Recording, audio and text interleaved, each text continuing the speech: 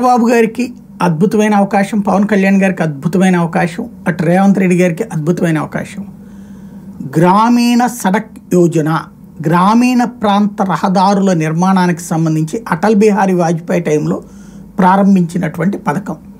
అంతకుముందు గ్రామీణ ప్రాంత రోడ్లు అంటే పంచాయతీల యొక్క కాన్సెప్ట్, రాష్ట్ర ప్రభుత్వాల యొక్క కాన్సెప్ట్ అంతే. కేంద్ర ప్రభుత్వానికి సంబంధమే లేదు. అసలు రాష్ట్ర ప్రభుత్వాలు కూడా పట్టించుకునేవి కాదు. మా చిన్నప్పుడు మేము తిరిగిన పల్లెటూళ్ళలో రోడ్లేమి ఉండేవి కాదు, మట్టి రోడ్లే, డొంక రోడ్లే ఉండే. ఆ పంచాయతీ వాళ్ళు ఆ మెరకేయించుకోవడం అట్లాంటిది చేయడం మాత్రమే నడిచేది. ఆ తర్వాత కాలంలో అటల్ బిహారీ వాజ్పేయి టైంలో రోడ్లని వేసాక తారు రోడ్లు పడ్డాయి. ఆ తర్వాత సిమెంట్ రోడ్లు కూడా పట్టడం ప్రారంభించినాయి. అనేక పల్లె ప్రాంతాల్లో ఇవాళ తారు రోడ్లు, సిమెంట్ రోడ్లు ఉన్నాయి. అయితే వాటికి రెగ్యులర్గా కంటిన్యూషన్ లేకపోతే ఎదురు దెబ్బ తగులుతూ ఉంటుంది.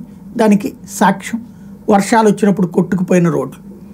ఇప్పుడు రాష్ట్రంలో గుంటలు పడ్డ రోడ్లకు సంబంధించి ఓ పక్కన టోల్ గేట్లు పెట్టాలా ఎలా అని పీపీపీ రూట్లో ఆలోచిస్తున్నటువంటి బాబు సర్కార్కి ఆ అవసరం లేని పరిస్థితి కేంద్రం తీసుకొస్తోంది.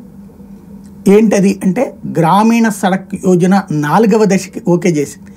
ఏకంగా 62,500 కిలోమీటర్లను ఓకే చేసింది. ఇందులో ఆంధ్రప్రదేశ్కి ఆటోమేటిక్గా అవకాశం వస్తుంది.